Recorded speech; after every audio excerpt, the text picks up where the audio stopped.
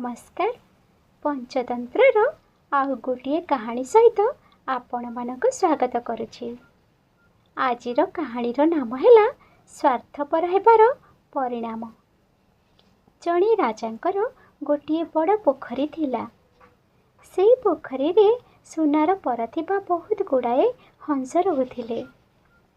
ପୋଖରୀର ନିର୍ମଳ ପାଣିରେ ଖେଳି ବୁଲି ସେମାନେ ଆନନ୍ଦରେ ଥିଲେ। ଏହି ହଂସମାନଙ୍କୁ ଜଗିବା ପାଇଁ ରାଜା ଅନେକ ଚାକର ରଖିଥିଲେ। ତେଣୁ କୌଣସି ଶିକାରୀ ସୁନା ହଂସମାନଙ୍କୁ ଶିକାର କରିପାରୁନଥିଲେ। ସୁନା ହଂସମାନେ ପ୍ରତି 6 ମାସରେ ଗୋଟିଏ କରି ସୁନା ପର ଦେଉଥିଲେ।